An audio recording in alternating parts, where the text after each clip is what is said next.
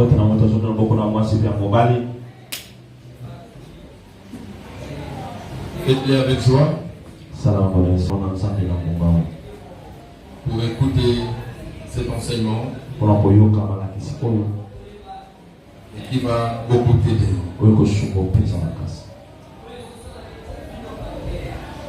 Le thème ce matin, c'est un thème que j'ai eu du mal à définir. Mais avec imperfection, j'ai essayé un peu de le ranger, je vais me le dire. Je l'intitule comme ceci. Pantalon pour femme, pantalon pour la base et robe pour homme. Et robe pour la mibale. Péché ou hypocrisie. Les sous pour le mibale. Amen. Amen. Pantalon pour femme, pantalon pour la base, robe pour homme, robe pour la mibale. Si tu écris, tu mets double point, péché ou hypocrisie. Bien-aimé, avec la grâce du Seigneur, nous allons tenter de parler tout autour de cela. Nous allons ressortir la pensée de Dieu, la vérité de sa parole, pour un sujet aussi controversé. Pour un sujet qui a créé pratiquement deux courants de pensée.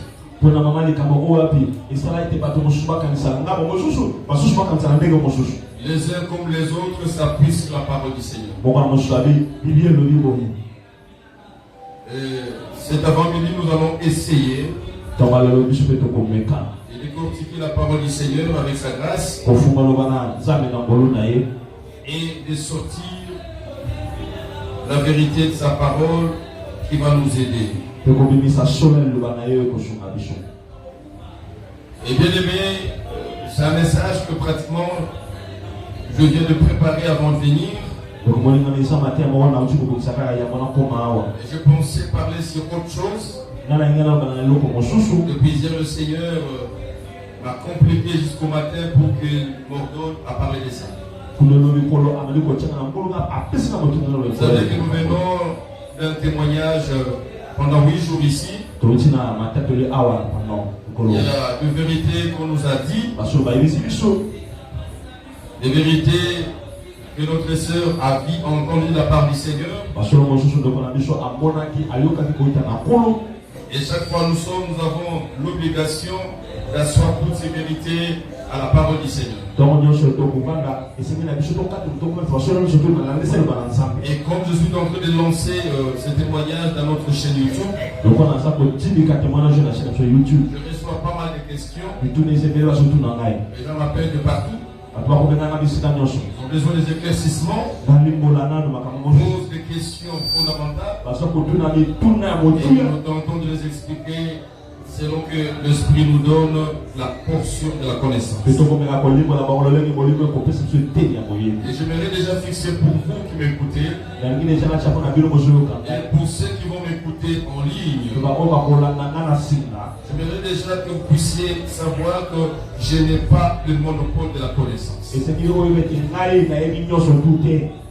Mais selon la portion que Dieu nous fera grâce cet avant-midi, nous allons tenter de vous communiquer quelque chose. Nous le faisons avec beaucoup d'humilité, parce que nous connaissons en partie et nous prêchons en partie. Il n'y a que le Tout-Puissant qui connaît toute la vérité de la parole. Les imperfections des hommes, serviteurs de Dieu que nous sommes, sont même à la base de nos divergences doctrinales. Mais le Seigneur nous garde comme tels, parce que nous connaissons en partie. Et nous sommes rassurés que ce matin, le Seigneur lui-même s'incarne pour parler. il y a beaucoup d'interrogations et beaucoup de questions autour de ça. Et on nous dit parfois que la femme ne doit pas porter le pantalon. C'est tout autour de ces questionnements que nous allons essayer de vérifier avec la parole du Seigneur.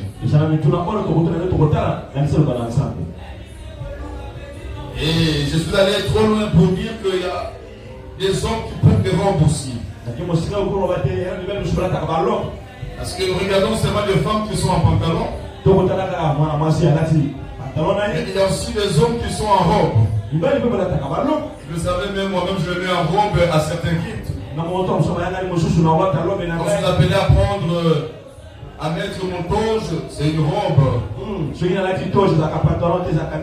Et nous devons nous interroger si la robe revient aux hommes. Pour répondre aussi à la question si le pantalon revient aux femmes. Et c'est ces questionnements que nous sommes allés fouiller dans la parole du Seigneur pour infirmer ou confirmer si cela est un péché ou c'est question d'hypocrisie simplement. J'aime bien que toutes choses soient des fruits d'une très bonne conviction. Vous le ferez très bien et vous ne serez pas ballotté à tout vent. Parce que le souci qui m'anime en tant que pasteur, c'est de voir aujourd'hui certaines personnes prendre certains paris et demain ils vont changer.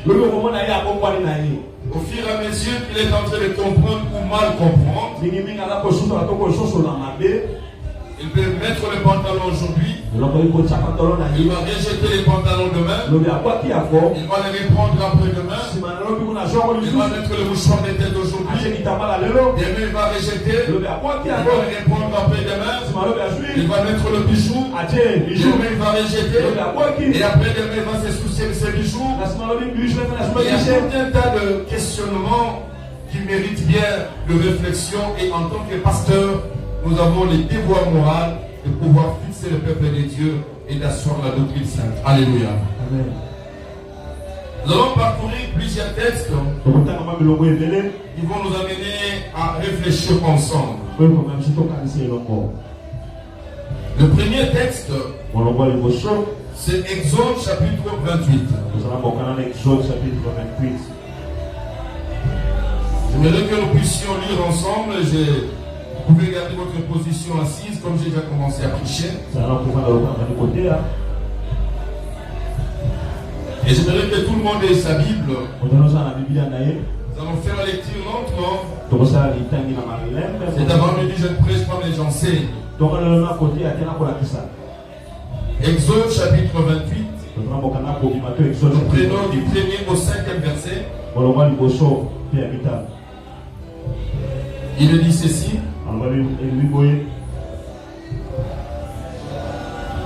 J'ai dit dans ma version les semaines.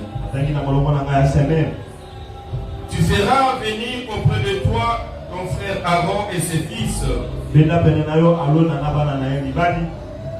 Nadab et Abihu, Éléazar et Itamar. Ils seront pris du milieu des Israélites pour me servir comme prêtre.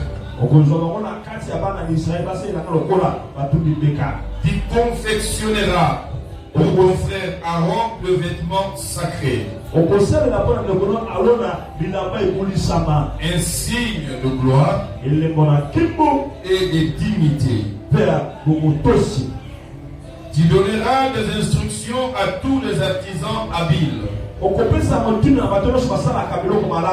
que j'ai rempli d'un esprit qui leur confère de l'habileté. Et tu leur demanderas de confectionner le vêtement d'Aaron pour sa consécration à mon sacerdoce. Voici les habits qu'ils ils auront à confectionner un pectoral, un éphod, une robe, une tunique brodée. Il y a même de la broderie ici. Un turban et une écharpe. Ils feront ces vêtements sacrés pour ton frère Aaron. Et pour ses fils, afin qu'ils me servent comme prêtres. Ils utiliseront de fils d'or. Il est même question d'or ici. Des pourpres violettes. Des pourpres écarlates. Des rouges éclatants. Et de fin lin. On ne parle même pas de lin, on précise du fin lin. Ça, c'est la parole du Seigneur. Nous allons prendre le deuxième texte. Généralement, c'est les textes sur lesquels s'appuie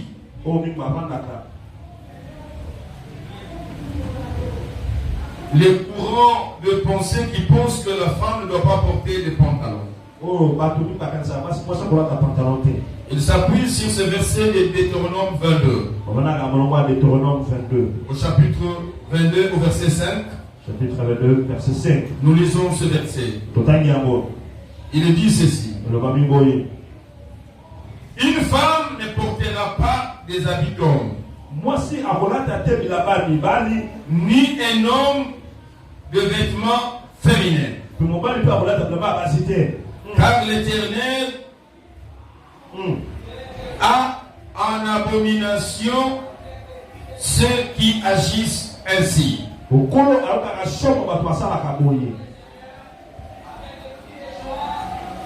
allons prendre notre verset. Dans un premier temps, nous prenons un troisième verset. 1 Timothée chapitre 2 verset 9. 1 Timothée chapitre 2 verset 9. Ce sont ces deux versets qu'on excite généralement quand il est question de défendre aux femmes de porter les pantalons.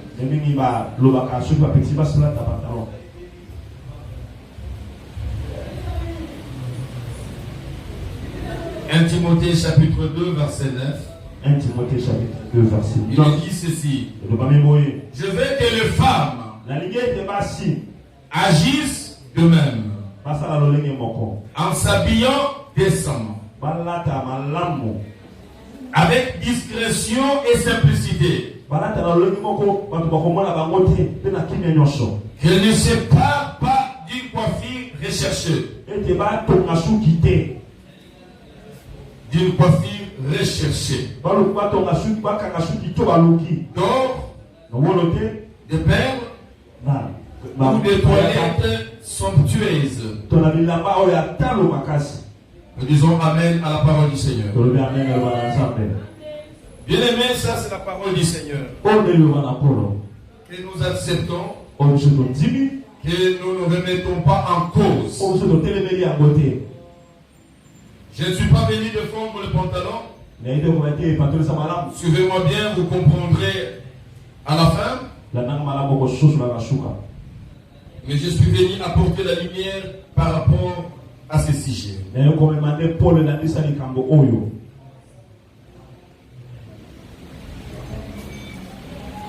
Nous allons comprendre une chose. Dans le premier texte de la Bible où j'ai préféré prendre la tunique, l'habillement qui revenait à ceux qui sont appelés à servir Dieu.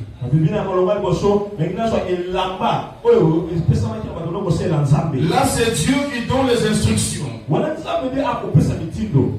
Comment Moïse devait tenir à l'accoutrement d'un sacrificateur. Et parmi les choses que l'Éternel a déterminées pour son accoutrement, il y a la robe. n'aimerais pas qu'on aille sur les efforts, les échappes, ça va te compliquer. Je prends seulement la robe. Et là, c'était des robes qu'on était en train de confectionner pour les hommes.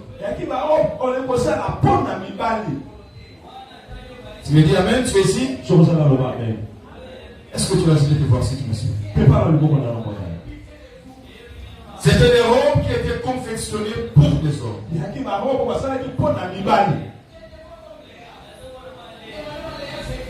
Je lis dans ma Bible. Je fais toute ma recherche.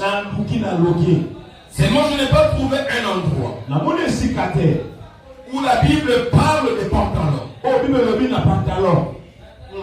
Dis-moi, on a parlé de la robe. Mais curieusement, d'une robe qu'un homme peut porter. Mais dans ma Bible, de la Genèse à l'Apocalypse, à moins que tu aies une autre Bible que la mienne. Mais si c'est la Bible universelle, il n'y a aucun endroit dans la Bible où on parle de pantalons qu'on autorise à une femme de porter ou qu'on interdise à une femme de porter. Je suis en train de circonscrire d'abord mon terme. Dans toute la Bible, on ne parle pas de pantalons. Dans n'importe quelle considération, on ne parle pas de pantalons. Ni pantalon autorisé à une femme de porter, ni pantalon interdit aux femmes. Il n'y en a pas dans la parole ici. C'est clair? Mais le verset sur lequel on s'appuie, c'est le verset de Deutéronome. Deutéronome 22, verset 5. Et nous venons de lire ce passage. Là aussi, il n'est pas question de pantalons.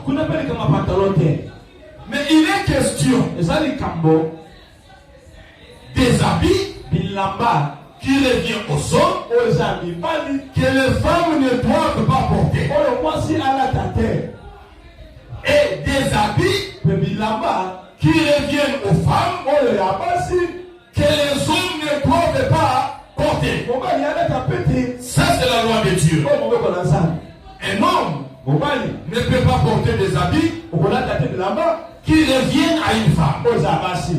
Et une femme ne doit pas porter des habits revenant aux hommes. Ça, c'est la parole du Seigneur.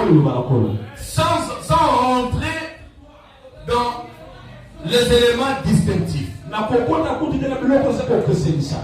du Seigneur ne rentre pas dans les éléments distinctifs pour mentionner que les blouses, les jupes, le robe, le pagne sont pour femmes par exemple.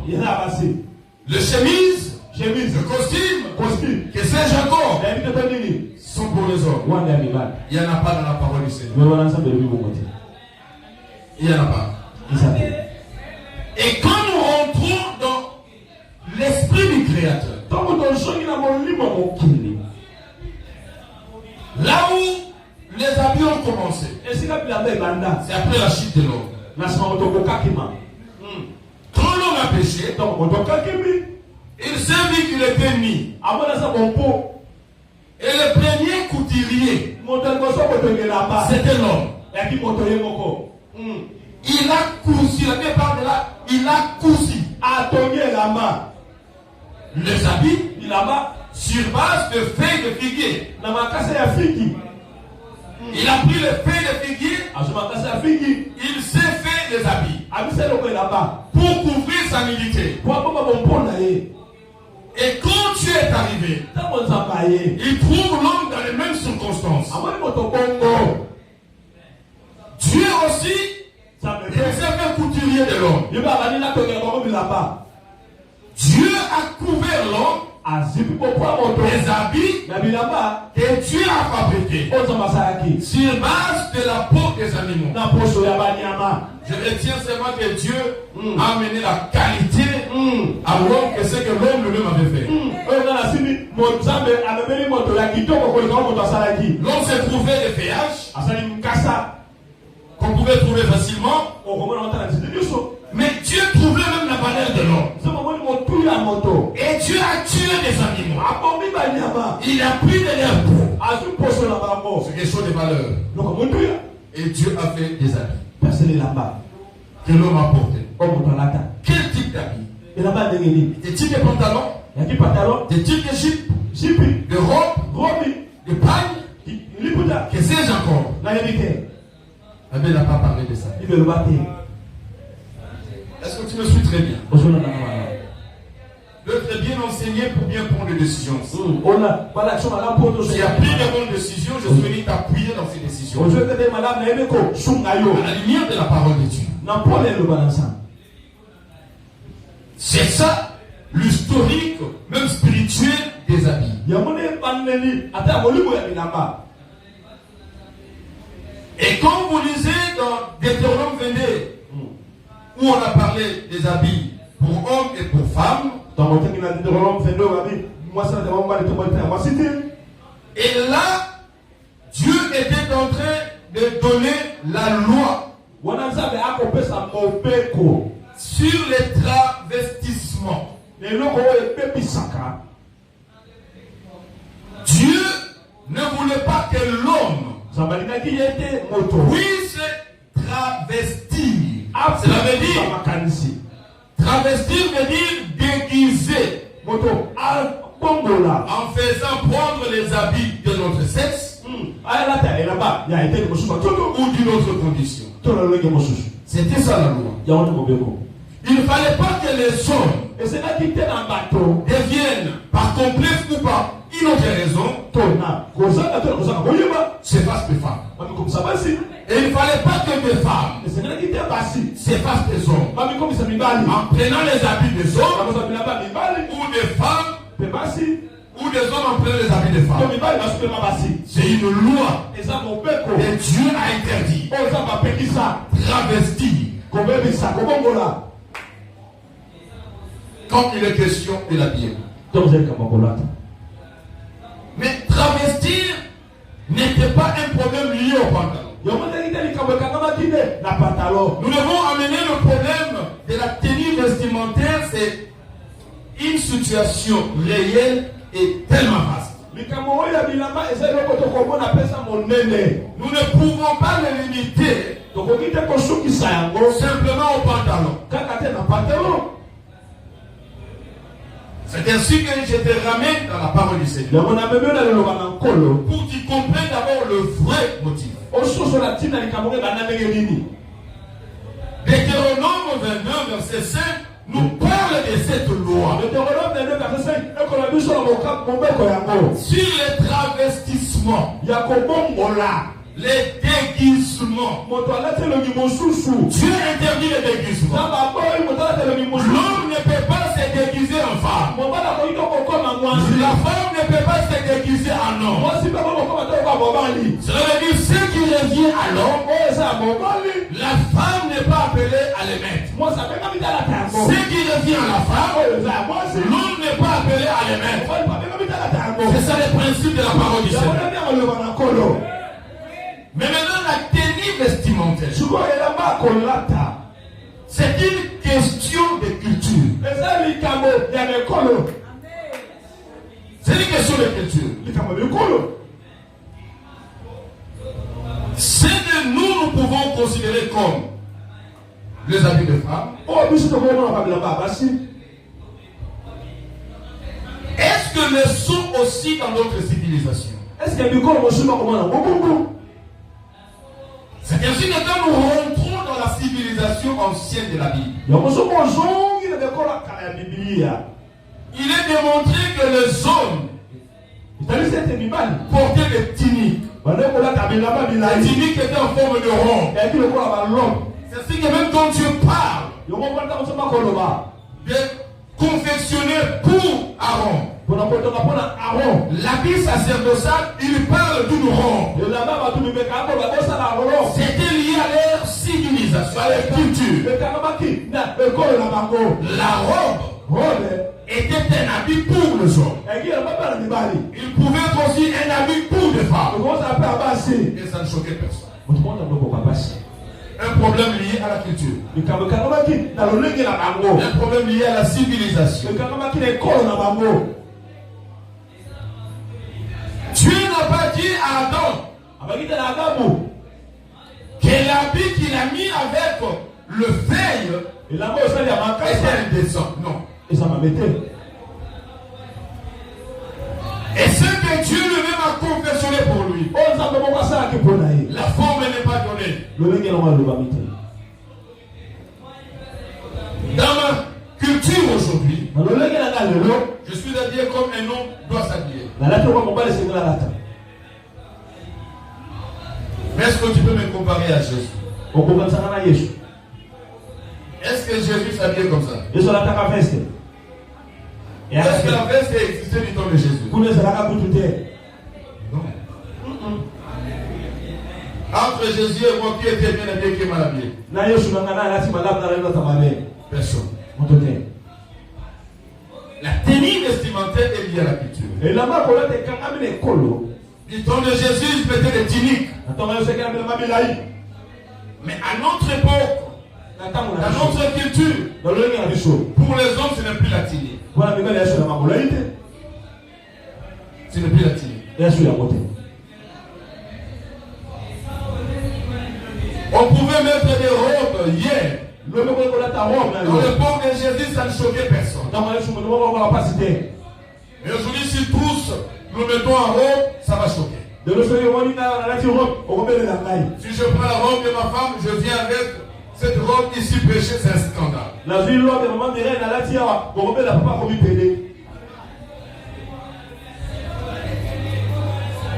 Donc la même robe, si je mettais maintenant, je vais travestir.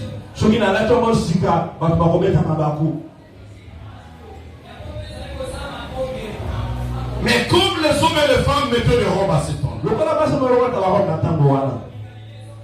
il y avait des différences entre les robes pour montrer les robes qui revenaient aux hommes et des robes qui revenaient aux femmes. Ça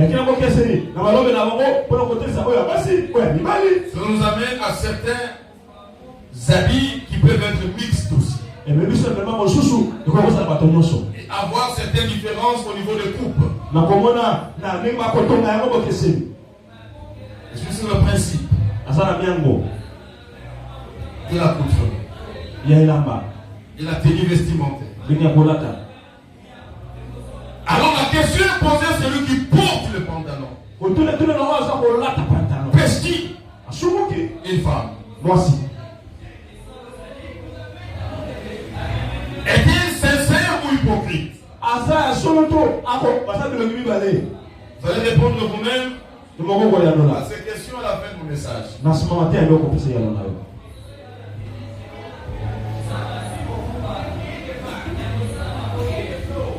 Ce passage nous amène à une réflexion.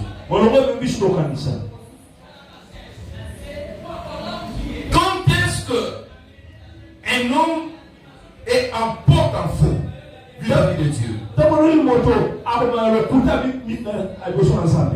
En termes d'habits. C'est qu'un frère, dans votre culture, il y a des habits qui reviennent aux hommes et il y a des habits qui reviennent aux femmes. Si un homme, toi frère, tu portes les habits revenant aux femmes, à ce moment-là, tu es en faux vis-à-vis de Dieu. Parce que ça devient un péché. Ça devient une abomination. C'est comme dans notre culture en RDC. L'épargne font partie de l'habillement des femmes. Je ne peux pas prendre le pas et le mettre et marcher. Et venir prêcher avec ça. Ça devient une abomination. Tu me dis amen? On le dit amen. Quels sont les habits dans votre culture? Congolaise, africaine, européenne, asiatique. Quels sont les habits qui reviennent aux femmes? Que les hommes portent. C'est une abomination. C'est un péché. Donc vous mettez les habits qui reviennent au sexe opposé.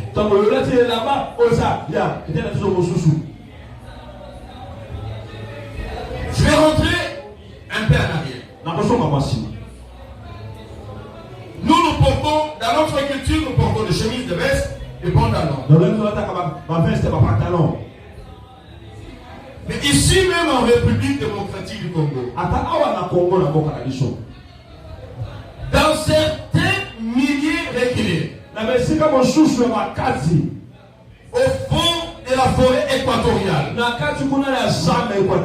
il y a des pygmées. Ce sont des hommes comme nous. Dans leur culture, ils ont des habits pour hommes et des habits pour femmes. C'est aujourd'hui qu'on commence à les ramener notre culture. Amener les habits là-bas. On peut les trouver à ce qu'on appelle les coins des consorts. Et pour eux, c'est normal. Comme Adam après la chute. Ce qu'il a mis comme feuillage, on pouvait encore retrouver ça. Dans nos villages au fin fond. Et quand vous y allez pour prêcher ces gens-là, c'est tantôt les livres son nid. Et les dit que vous allez tout droit en enfer. Parce que dans cet état-là, il n'y a pas de ciel pour vous. C'est tout ce qu'ils ont. Dieu a mis ce moyen à leur disposition pour se couvrir. Non, rien d'autre que ça. Et encore ça devient un péché. Parce que c'est lié à leur culture.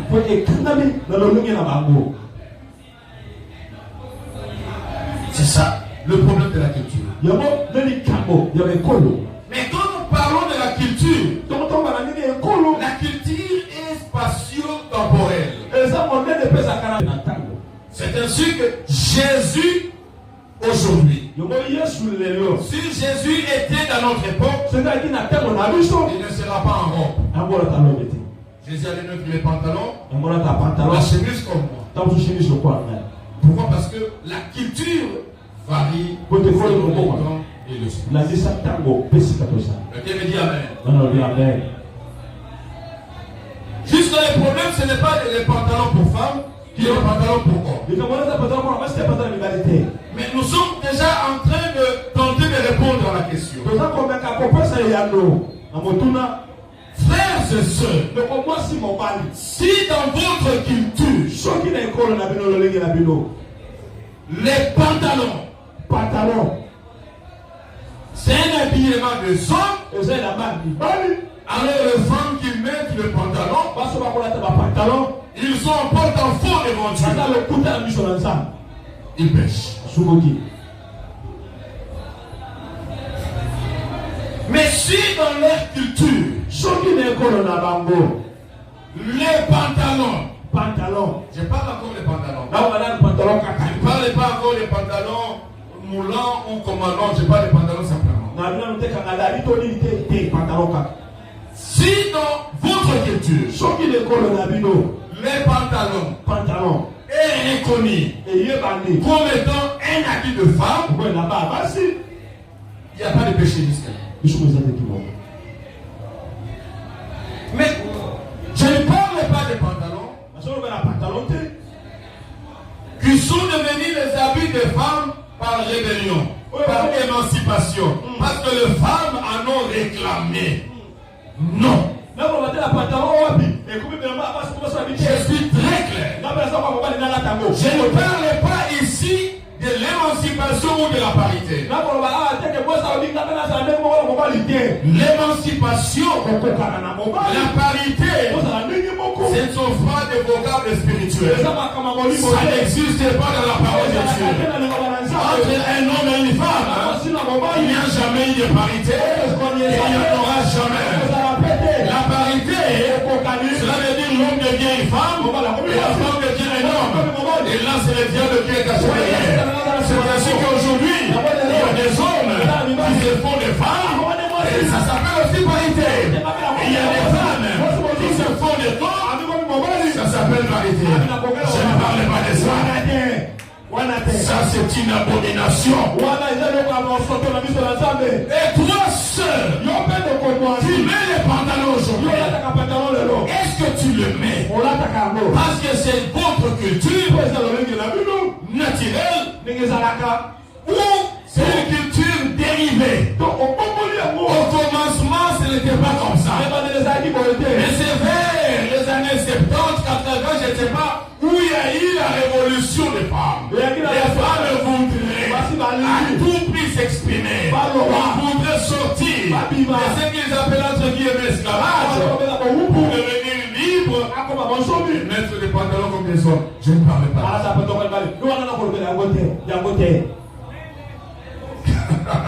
Est-ce que je me fais comprendre? Quelqu'un me fait signe et il me dit, mais finalement, papa, tu dis quoi? Non, tu comprendras la conclusion. Je suis en train d'asseoir le principe. Mettre le pantalon pour une femme, si cela est lié à sa culture, à la culture de son pays, à la culture naturelle, il n'y a pas de péché. À condition que ce pantalon ne soit pas des pantalons moulants. Allons y arriver. Problème de culture. La tenue vestimentaire est une chose culturelle. Quand vous allez chez les Arabes,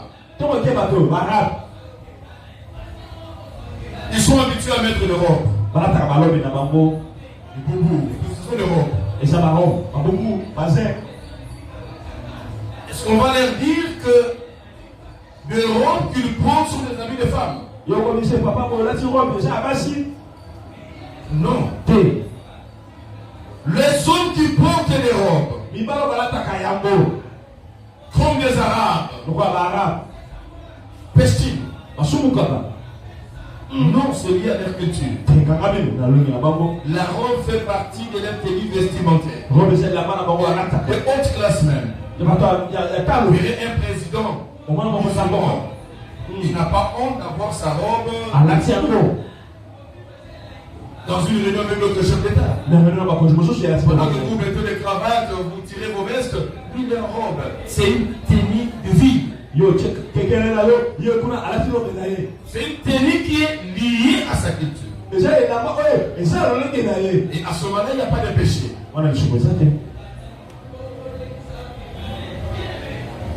Comme des cultures. Et pour répondre à la question de culture, il faut toujours se poser la question.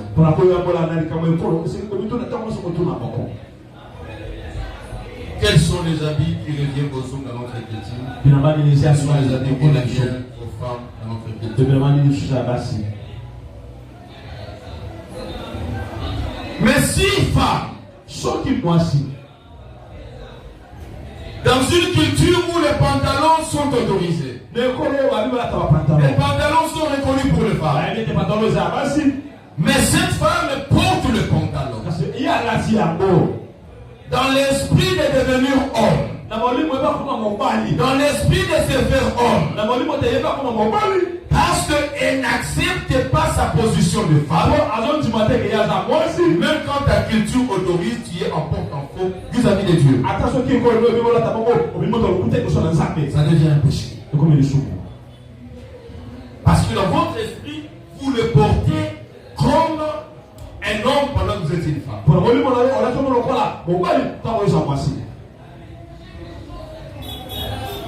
Mais il y a des habits aussi dans nos cultures qui sont mixtes. Il y a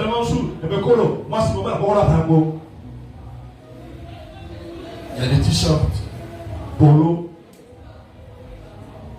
des polos qui sont reconnus mixtes. Si je pose la question de notre culture, les polos ou les t-shirts, c'est pour les hommes ou les femmes?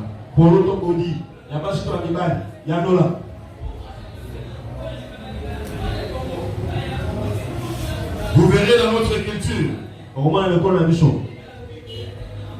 il y a des chemises hommes, il y a des chemises femmes. Il y a des chemises que moi, en tant qu'homme, je ne peux pas porter parce que la coupe de la chemise est une coupe féminine. C'est déjà une chemise confectionnée pour les femmes. Et quand une femme met une chemise de femme, pêche-t-il? Parce qu'on va dire la chemise revient aux hommes. Il y a aussi un problème. Les habits qui sont mixtes. Pour hommes et pour la femme.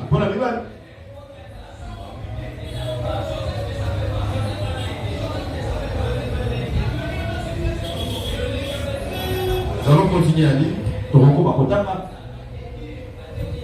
Matthieu chapitre 23. Matthieu chapitre 23.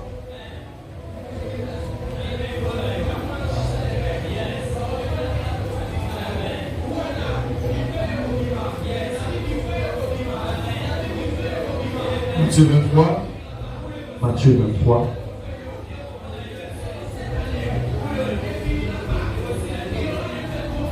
Verset 25 à 28.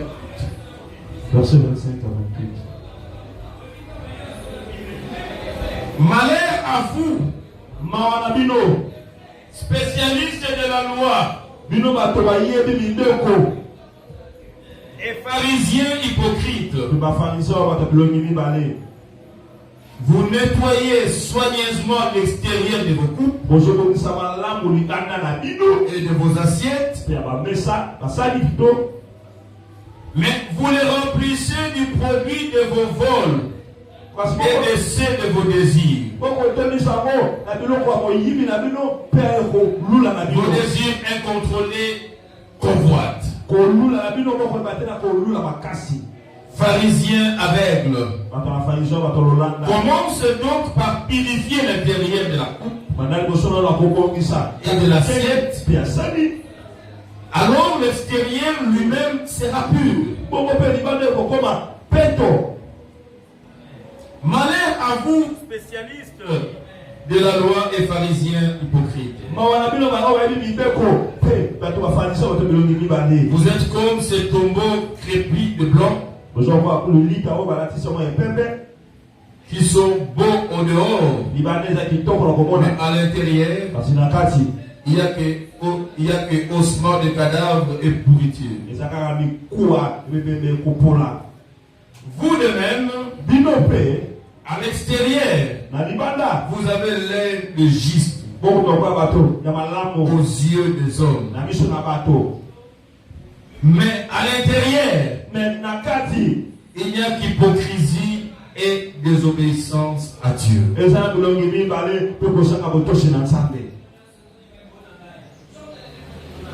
Ici, c'est Jésus qui parle. Jésus parle de l'extérieur et de l'intérieur. Je suis tout à fait d'accord. Totalement d'accord avec le message de depuis moi. La sainteté extérieure, la sainteté intérieure. Mais nous avons la responsabilité en tant que pasteur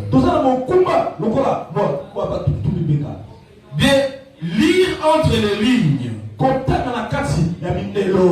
chaque époque, à chaque génération, l'ennemi a son écriture aussi. La tendance que j'observe aujourd'hui,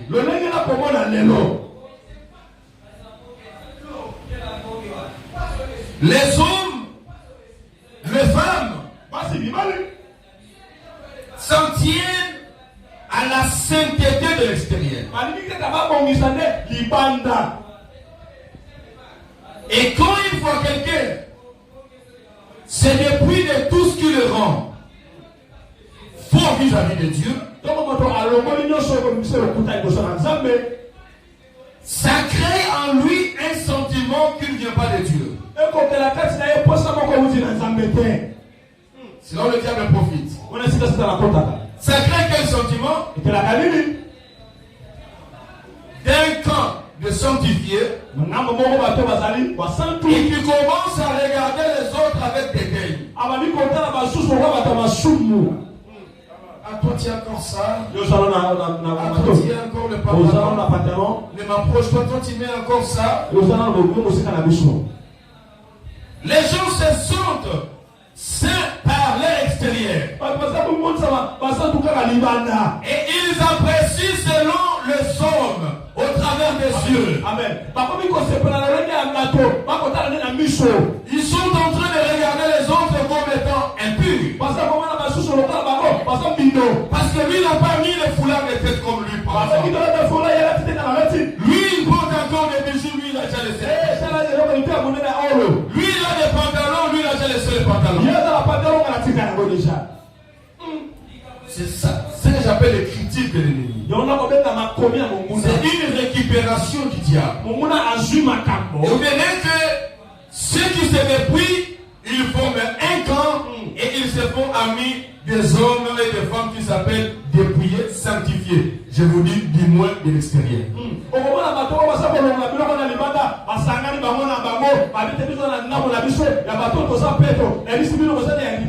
Vous pouvez repousser quelqu'un à vos yeux.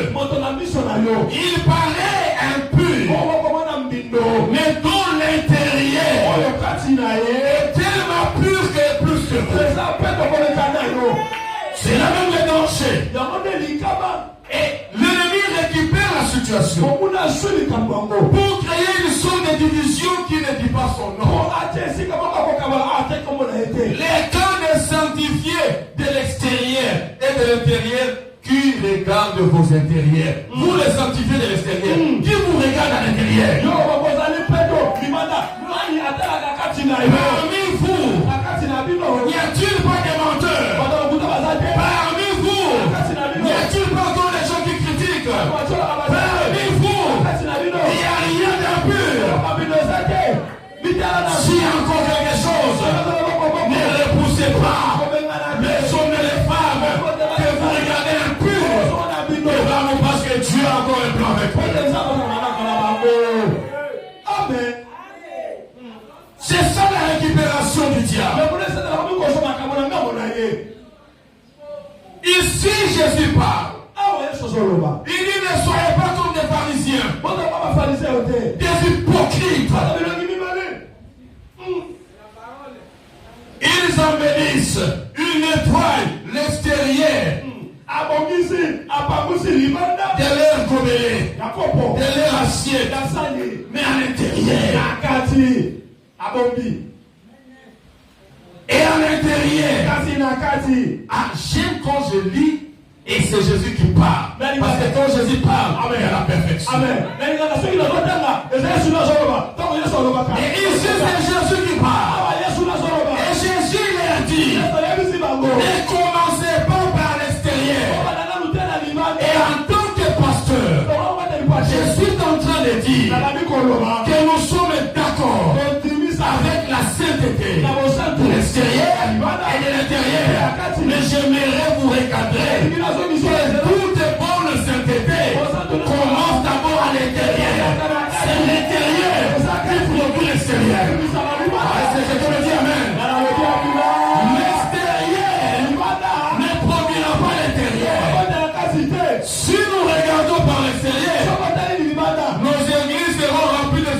hypocrite. C'est là où je parle. Pantalon pour femme, robe pour homme, péché ou hypocrisie. Amen. Il y a des sorciers, mais qui se sont débrouillés. Ils n'ont pas tout ce qui énerve. Et en les regardant, pour vous, vous pensez que c'est le premier entré au ciel. Mais devant Dieu, Dieu le voit encore très loin. C'est alors que Jésus dit, vous devez travailler l'intérieur. C'est votre intérieur qui va purifier votre extérieur. Bien-aimé, la parole de Dieu dit, c'est le Saint-Esprit qui nous convainc du péché, de la justice, du jugement de Dieu. Et quand vous commencez à donner la place au Saint-Esprit dans votre cœur, il va sanctifier votre intérieur. Et il y aura un automatisme à l'extérieur. Personne ne va vous le demander. Vous allez commencer à vous regarder sous le miroir.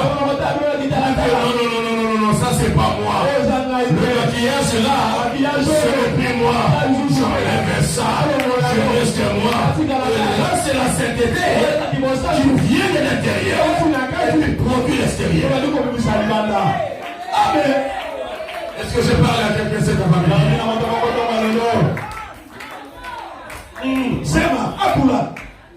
Je n'aimerais pas que l'église vous soyez des tombeaux blanchis. Nous ne vous voulons pas des hypocrites. Je suis tout à fait d'accord. Vous devez vous débarrasser des pantalons. Mais ne les faites pas dans l'hypocrisie. Les pasteurs qui vous regardent venir à l'église et après l'église, vous étirez vos pantalons. Non, que la sainteté commence en vous et que ça soit de l'extérieur. Amen. Je ne vais pas former une église hypocrite qui donne et qui font semblant, mais tout abandonné. Mais là où ils se retrouvent seuls, ils le font encore. Et quand quelqu'un ne le fait pas ici, il le fait en dehors. Ça veut dire quoi? Cet homme ou cette femme, son intérieur n'a pas encore changé. Il fait les choses pour plaire aux autres. Mais quand il rentre, il a encore la convoitise. Non, je dois mettre encore les cabines. Et quand il n'est pas à l'église, il met les cabines. Quand il va à l'église, il met les cabines. Non. Mais celui dont la sainteté provient de l'intérieur, c'est quelqu'un qui fait toutes choses dans une conviction stable. Parce que la Bible dit tout ce qui n'est pas le fruit d'une conviction, mais ça devient péché parce que je suis fort de Dieu. Commencez par vous sanctifier à l'intérieur. Et cette sainteté influencera votre extérieur sans que les hommes ne puissent vous forcer. Quelqu'un me dit Amen. C'est ça l'esprit de Jésus. C'est ça l'esprit de Jésus.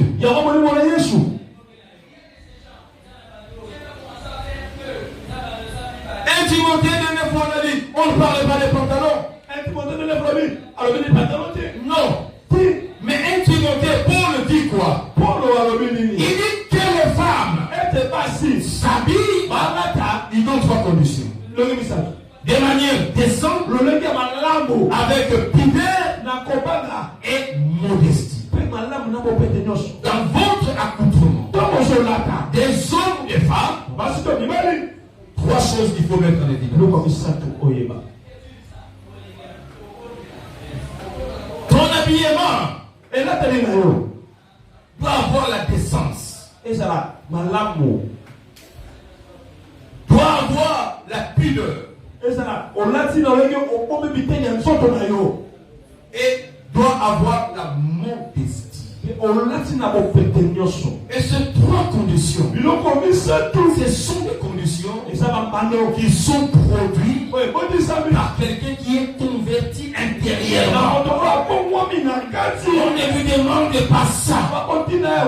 Il sentira que tout ce qu'il peut faire, il doit le faire avec décence.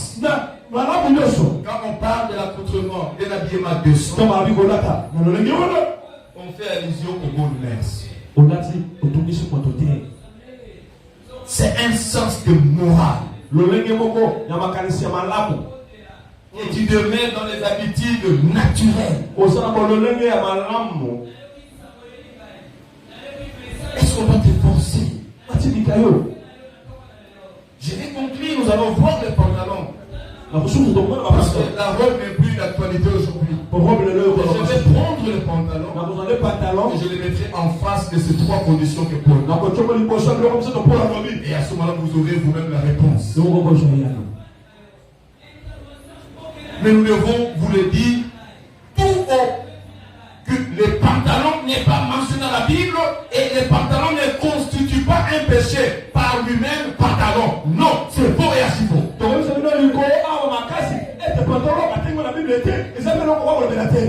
Et bien nous verrons quand est-ce que le pantalon devient un problème. Si le pantalon que vous mettez ne remplit pas ces trois conditions, la pudeur, la décence et la modestie. Quand on parle de la pudeur, cela veut dire on vous demande dans votre habillement, vous devez avoir de la retenue.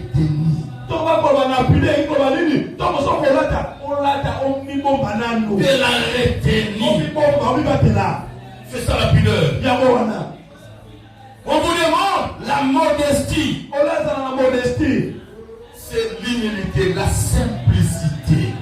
Par votre manière de vous habiller. C'est là le problème. Le problème n'est pas les pantalons de la femme ou la robe de l'homme.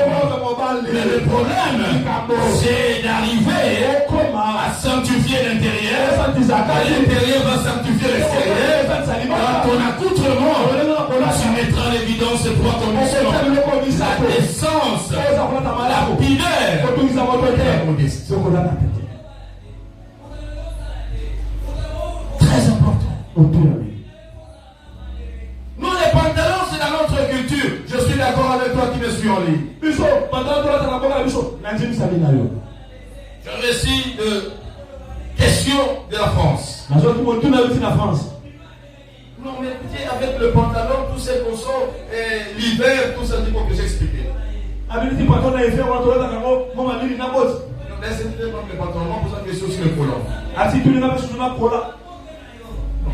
Quand je parle de pantalon,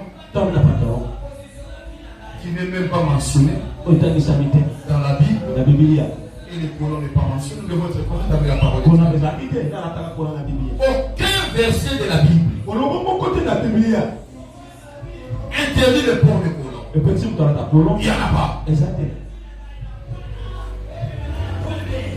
Il n'y en a pas.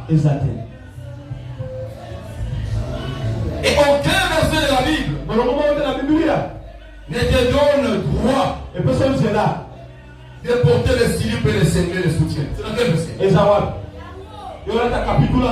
Quand tu mets les slip, dans quel verset? Quand tu mets les soutiens, dans quel verset? Tu mets les cinglés, dans quel verset? Voyez, nous revenons sur la question de la civilisation de la culture. On a posé une question. Supporter les colons était mauvais, on a dit c'est mauvais. C'est un péché. Non, c'est pas un péché. Je vous le dis en tant que pasteur, ce n'est pas un péché. Il y a la parole de Dieu. Mais je considère les colons, les cyclistes, à mon avis, c'est comme des slips à marche longue.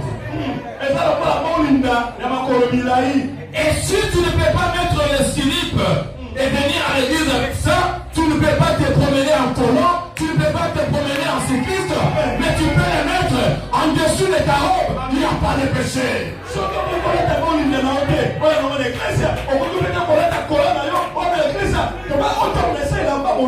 Oui, il y a des femmes qui disent en hiver, il y a le coup de procédure pour aller en Europe. Avec l'épargne, le foie passe. Avec le jupe et le robe, ça passe. Il faut les pantalons. Prends ton pantalon là, prends ton collant là, mets-les et prends ta longue robe. On n'a même pas besoin de voir ce qu'il y a à l'intérieur. C'est ton principe que tu as porté. Et en même temps, ça, ce n'est pas un péché. On ne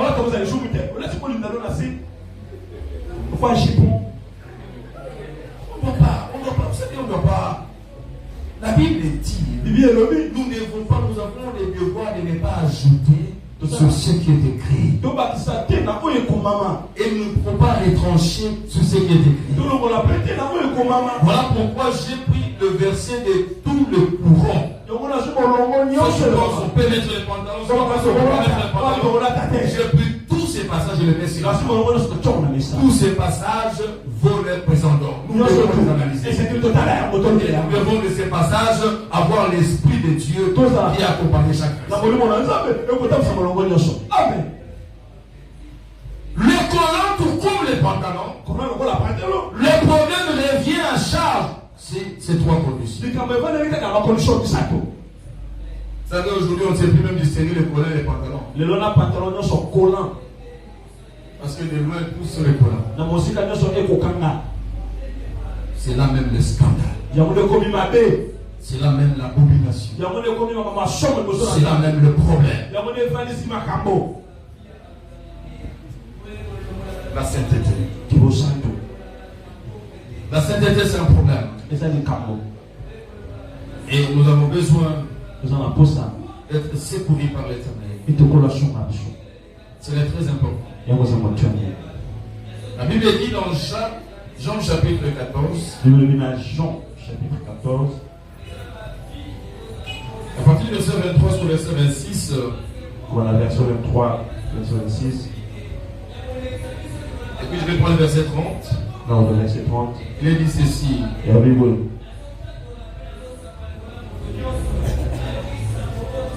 Jésus lui répondit. Si quelqu'un m'aime, il obéira à ce que je dis.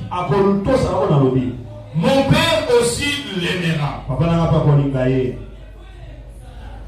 Nous viendrons tous deux à lui. Et nous établirons notre demeure chez lui.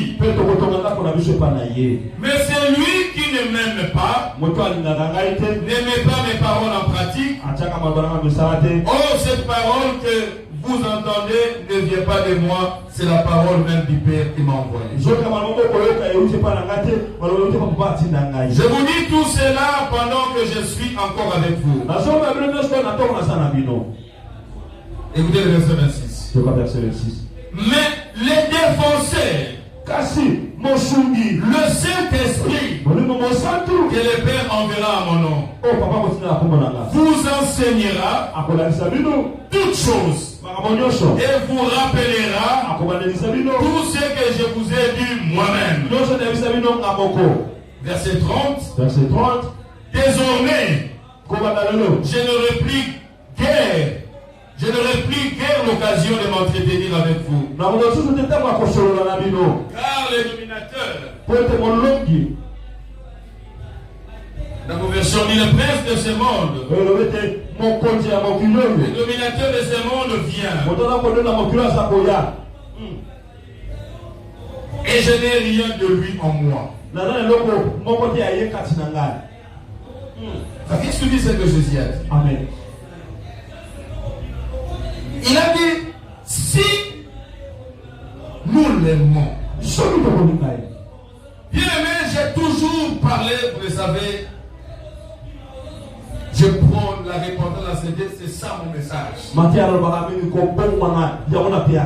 Mais je vous ai toujours dit, la sainteté doit quitter la dimension de la paix de l'enfer. La sainteté doit quitter la dimension de n'est plus maintenant. On a peur d'aller dans le lieu de tourment ou d'aller en enfer. Nous ne devons pas craindre Dieu par peur de la mort, par peur de l'enfer. Mais nous devons craindre Dieu par l'amour que nous avons de lui. Parce que j'aime Dieu. Et celui que j'aime, je ne peux pas lui faire du mal. Autant je ne sais pas le faire à mes enfants, autant je ne sais pas le faire à mon épouse, autant je ne sais pas le faire à ton mari. Mais l'amour doit caractériser notre sainteté. Nous marchons dans la sainteté parce que d'abord, j'aime Dieu et je l'apprécie toute autre chose. Amen. C'est ça la sainteté motivée. Je n'ai pas peur de la mort. Je n'ai pas peur de ce qui arrive après. Mais d'abord, c'est l'amour que j'ai de Dieu. Amen. Vous devez aimer Dieu jusqu'au point d'haïr le monde et d'haïr les choses de ce monde.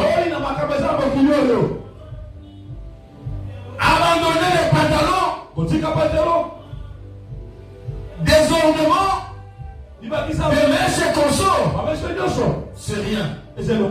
Quand nous avons l'amour vis-à-vis de ces dieux, tu le feras avec conviction de la parole de Dieu, parce que tu aimes Dieu, mais tu n'as pas peur de quoi que ce soit. Nous devons être révolutionnés, asseoir notre sainteté sur l'amour.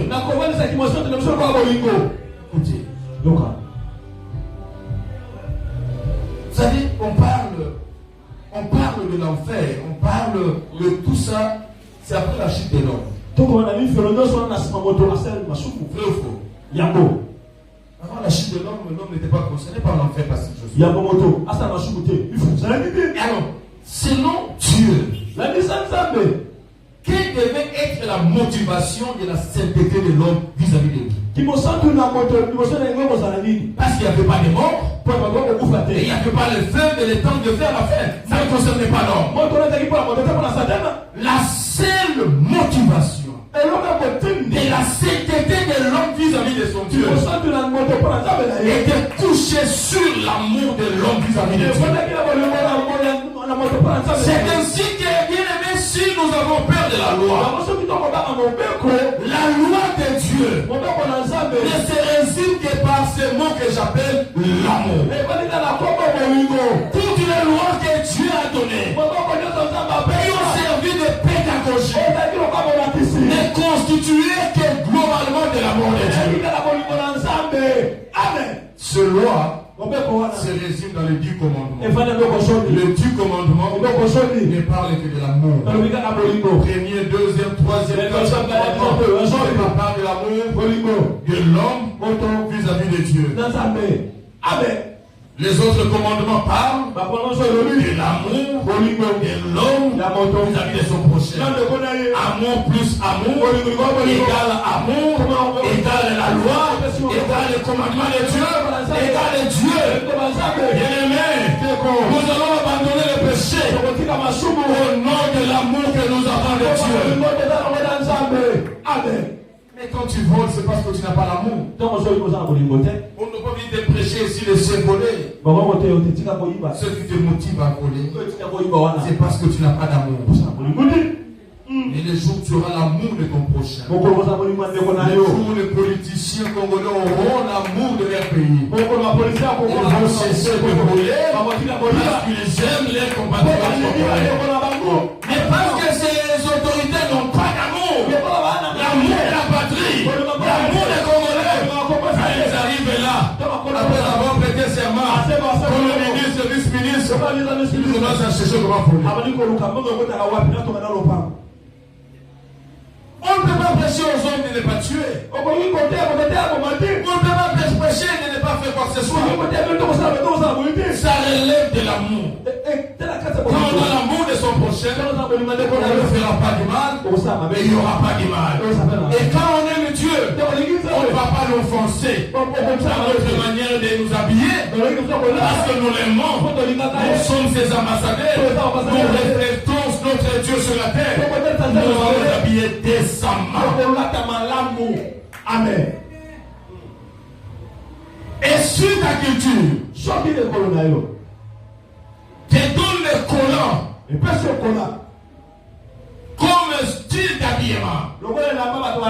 Que tu peux porter ça et marcher avec ça.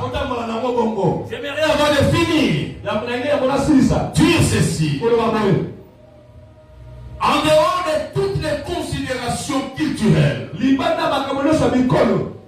nous avons tous, en tant que chrétiens, la culture céleste. Et nous sommes les ambassadeurs de Dieu sur la terre. Quand ta culture est met en porte-à-faux vis-à-vis de Dieu, laisse ta culture aller au diable. Réfère-toi à la culture céleste et influence ta génération. Amen.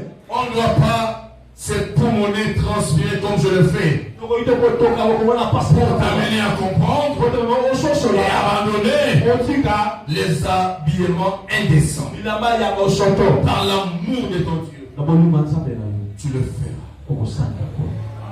C'est ainsi que le Saint-Esprit, il viendra vous enseigner ce que je vous ai dit. Quand tu prends la décision pour la gloire de Dieu, de mettre par exemple le mouchoir de tête et d'abandonner les bijoux, on aura le temps d'en parler un jour sur ça.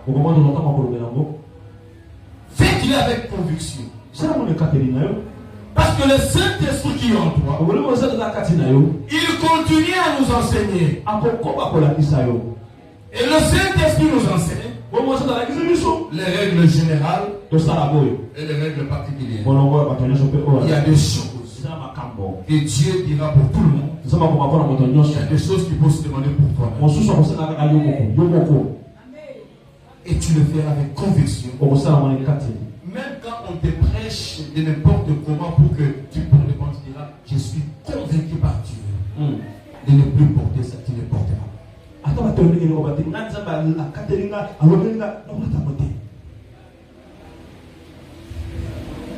savez, un jour, mon épouse a commencé à porter le mouchoir de tête sans que je lui demande. Il y a un temps d'enseigner, de parler, de discuter sur ça. Et de toutes les façons, le salut c'est individuel, non? Si il n'écoute pas, c'est ma faute. Je dois la punir pour la forcer à faire des choses de la montée. Je lui prêche la vérité. Il y a ça, il y a ça. Il y a ça. Mais un jour, c'était à la montagne de prière. Elle-même, le Saint-Esprit lui a parlé. Pas comme ça. Dans ma présence, pas comme ça. Couvre tes têtes. Elle ne l'a pas dit. C'est normal comme Abraham n'a pas dit aussi à Isaac, à Sarah quand elle est partie avec Isaac. Parce que si il va dire, au moins je te disais quoi. Elle a prié elle-même avec le Saint-Esprit. Il a demandé les poissons. Le signe. Bon, je descends de la montagne. C'est pas la montagne, il doutait même de l'Esprit de Dieu. Je pense que c'est l'Esprit de Bidon, peut-être. Si c'est toi le Saint-Esprit, en descendant de la montagne, je passerai par Ypen. Je verrai seulement là où je vais passer à Ypen, là. Sur le grand artère, là où nous passons avec la voiture. Que je n'entre même pas pour chercher. Je demande ainsi que je vois le mouchoir d'été qu'on est en train de vendre là. Chose qu'il n'a jamais vu. Il demande ça comme poison à Dieu. On descendait. Je ne savais pas. Il a pas voulu de passer l'influence. On descend. Moi, je conduis la voiture. Il a dit non, papa, attends-moi un peu. Qu'est-ce que je chasse quelque chose? Il descend même pas. Les mouchoirs de tête sont là. Ah, Saint-Esprit. C'est le jour-là qu'il a acheté le mouchoir. Il a pris la décision de ne plus de la présence de Dieu la tête. Et là, même si je lui prêche le contraire, il n'écoutera pas. Même si on lui prêche n'importe où le contraire, il dira, j'ai entendu le Saint-Esprit. C'est là où la sainteté extérieure commence par les voix. Le Saint-Esprit prend les devants. Il commence à te conduire. Il va influencer l'extérieur. Il va commencer à te dire, maman, le maquillage que tu fais là, quand tu as le Saint-Esprit, tu te regarderas et toi-même tu diras, il va te dire comme le diable. Quand tu diras, tu as raison. Tu vas laver les vies. Tu vas décider toi-même. À partir de maintenant, je laisse les histoires que je mets là. Un fruit de la conviction. Et jamais tu changeras d'avis. J'aimerais que vous puissiez asseoir vos décisions sur la parole du Seigneur, sur la conviction du Saint-Esprit. Et plus jamais vous allez revenir en arrière. Mais parlons, je finis par là. Parlons de pantalon. Par rapport à ces trois conditions.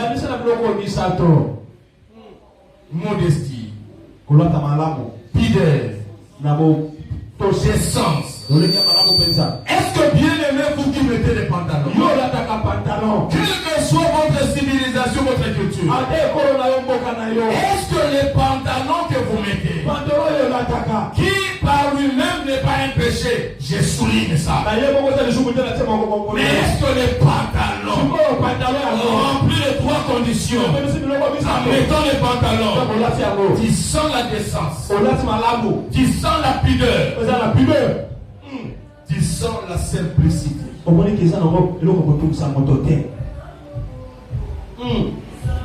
porte les pantalons. Et répond à ces trois questions. En mettant les pantalons, femmes, vous les femmes. Les femmes des pantalons, alléluia. Amen. Vous n'êtes pas là. Les femmes des pantalons. Est-ce que vos pantalons respectent les trois conditions que l'apôtre Paul a parlé? La décence, la pudeur et la modestie. 1 Corinthiens 6, verset 19 dit ceci. 1 Corinthiens 6, verset 19 le en mettant les pantalons, ça c'est ce que moi j'ajoute. Si vous ne le savez pas, 1 Corinthiens 6, 19 dit ceci. 1 Corinthiens 6, 19 le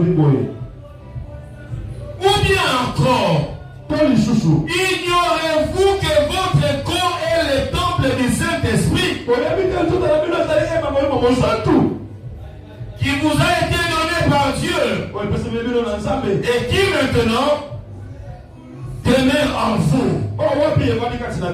Vous ne vous appartenez donc pas à vous-même. Le problème d'habillement, le problème de pantalons pour dames, des robes pour messieurs.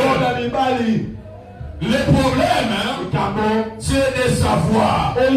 Vous ne devez pas rester ignorant. Votre corps est le temple du Saint-Esprit. Vous ne vous appartenez pas à vous-même. Cela veut dire, quand vous mettez les habits, dis-toi que je ne m'habille pas pour moi-même, mais je m'habille pour le Saint-Esprit, dont mon corps est son temple. Trouvera-t-il plaisir dans ce que je porte? Et pour savoir si tu trouveras plaisir, on avait qu'à regarder ces trois choses. S'il y a la décence, s'il y a la modestie, et s'il y a la pudeur. Bien aimé, moi je porte mon pantalon. Ça ne dispose personne. Mais le même pantalon autorisé pour les hommes. Mais si je prends un pantalon d'une taille inférieure à ma taille.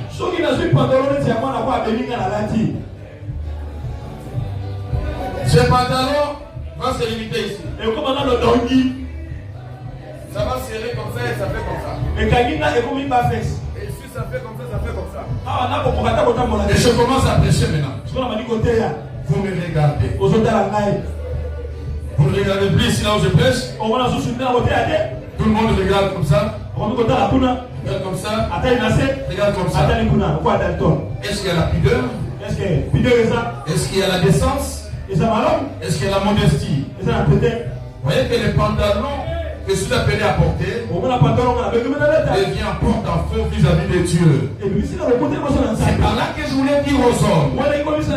Ça ne concerne pas seulement les femmes, mais les pantalons moulants des hommes. C'est une abomination devant Dieu. Vous les hommes, vous mettez les pantalons moulants, ça vous sert. Les pantalons qui ne donnent pas l'impression de votre taille. Et par surcroît, vous nous montrez vos slips. Vous nous maudissez. En nous maudissant, Dieu amène l'abomination dans votre vie aussi. Il n'y a pas de pudeur. Il n'y a pas de modestie. Il n'y a pas de la décence.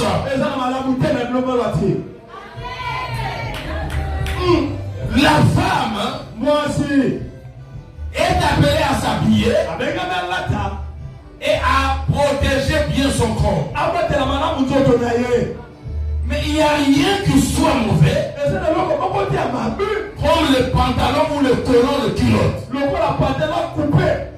Parce que vous les femmes, et quelque culture que ce soit, je vous parle maintenant en termes de la culture céleste. La culture qui veut la décence. La culture qui veut la modestie. La culture qui veut la pudeur. Quand vous mettez les pantalons vous captivent. Les pantalons montrent toute votre morphologie intérieure. Ça n'honore pas Dieu. Nous voyons là où ceci commence et là où ça finit. Il y a la pudeur. Il y a la décence. Vous qui allez continuer à mettre les pantalons. Ah, parce que le passé a dit que ce n'est pas un péché. Mais je te pose la question. Est-ce qu'il y a la décence dans ton pantalon? Il n'y a aucun pantalon qui remplit ces trois conditions. Il y aura toujours manque de pudeur. Manque de décence quelque part. C'est par là que tu veux porter les pantalons. Parce que c'est l'hiver. Porter, c'est pas un péché. Mettez une robe en dessous. Mettez une jupe en dessous. Il n'y a pas de problème. Nous n'avons pas besoin de voir. Vous n'avez pas besoin de montrer à tous ceux-là qui vont te regarder comment est ta taille. Comment est les formes de ta taille. Comment est les formes de ton corps. Et les défauts y afférents. Qui vous dit que tout c'est bon, c'est pas bon. On vous dit pas c'est vrai, vous savez des pantalons. Qu'est-ce que vous nous montrez?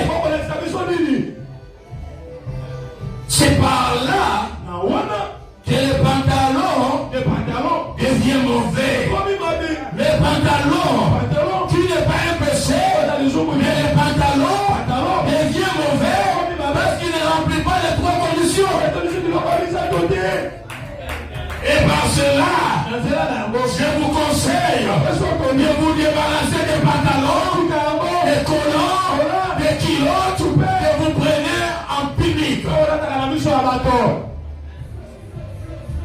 Si votre mari veut te voir en culotte, veut te voir en pantalon, veut te voir en cycliste, parce qu'il te voit déjà en slip, portez pour lui dans la chambre. Et le jour de mettre un pantalon la nuit, tu verras me va décaper. Parce que lui a mis en difficulté. Nous n'avons pas besoin de pantalons. Nous n'avons pas besoin de culottes. Nous n'avons pas besoin de collants. Ce n'est pas un péché. Mais portez-les de la bonne manière.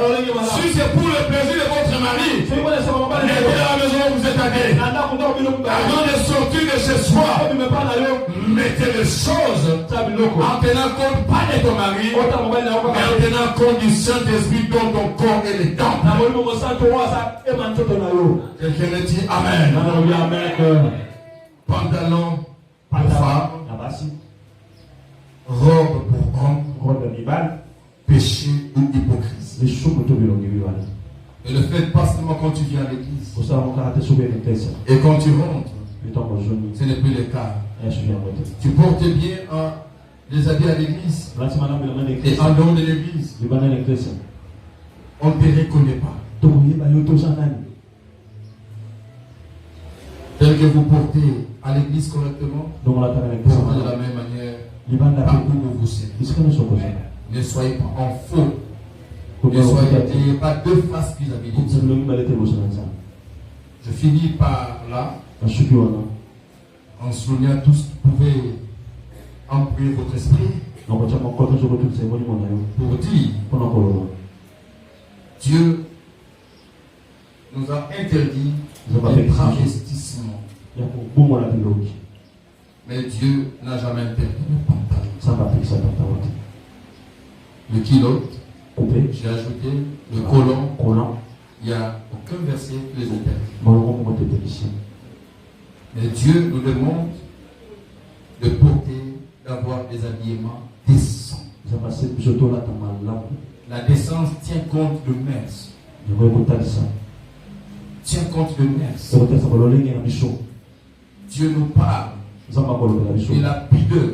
En vous habillant et lieu de la retenue. Dieu parle de la modestie. Habillez-vous humblement. Ne venez pas dans l'esprit de concurrence que je dois m'habiller pour montrer aux autres sœurs, pour montrer à l'autre là que moi je viens de Bruxelles, que moi j'ai des familles aux États-Unis. Non. Habillons-nous décemment, en toute pudeur et en toute simplicité. Et là, vous verrez que c'est une notion qui ne s'accroche pas seulement sur les pantalons, mais sur tout accoutrement. Parce qu'on peut mal s'habiller avec le pan. Mais on est mal habillé. J'ai déjà vu les danseuses à la télévision porter les pannes et danser. Ils ont porté les pannes de la mauvaise manière. Tu peux porter la robe. Tu dis, va passer à tout ça. J'ai laissé maintenant, ce sont des robes. Mais des robes que tu nous amènes qui sont au-delà des genoux, avant les genoux. Est-ce que ça glorifie Dieu? Vous devez mettre des jupes, de robes au-delà de vos genoux. Ah, comme il demande des robes longues et des jupes longues, on va lui faire des fentes. On peut mal s'habiller tout en étant en robe. Tout en étant en jupe. Parce que c'est un jupe. Ceux qui ont des pantalons, ils ne sont pas sains. Et celui qui a la jupe, il a mis la fente jusqu'au sexe. Il a mis la fente jusqu'à derrière. Dis-moi. Il y a la pudeur, il y a la décence.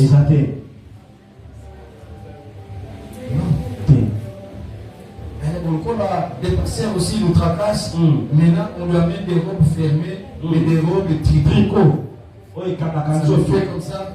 Ça arrive ici, ça explique l'aisance de ma poitrine. Ça revient, ça descend, ça prend ma taille. Et même si ça va jusqu'à là-bas, ils vont me voir comme ça. Vous là, avec vos robes, est-ce qu'il y a la décence, la pudeur et la modestie? Nous devons nous sanctifier en commençant de l'extérieur pour finir de l'extérieur. Soyons purs, soyons saints, sanctifions-nous parce que le Seigneur est saint. Il a besoin de nous, faisons-le avec amour et avec conviction. Quand le Saint veut finir quelque chose, abandonne automatiquement. C'est la parole du Seigneur.